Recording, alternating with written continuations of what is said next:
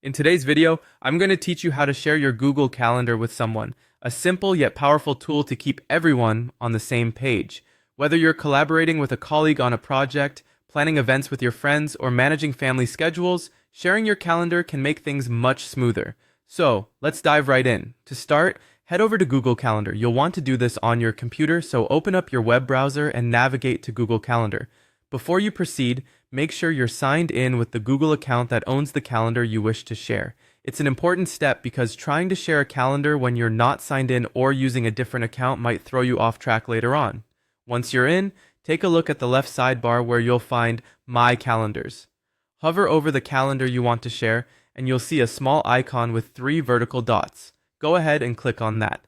From the drop-down menu, select Settings and Sharing. This is your gateway to managing who gets to see your calendar and what they can do with it. Now, the next part is all about choosing how you want to share your calendar. Scroll down a bit until you reach Share with Specific People or Groups.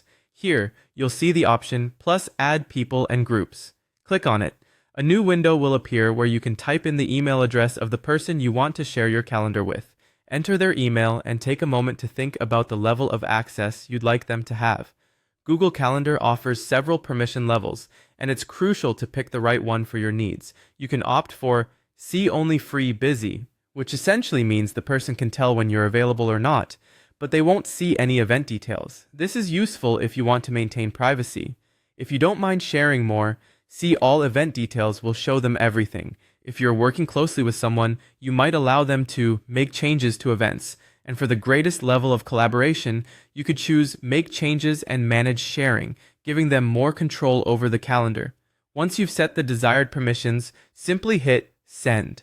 This will trigger an email invitation to the person you're sharing with, allowing them to accept the invite and access the calendar according to the permissions you've assigned.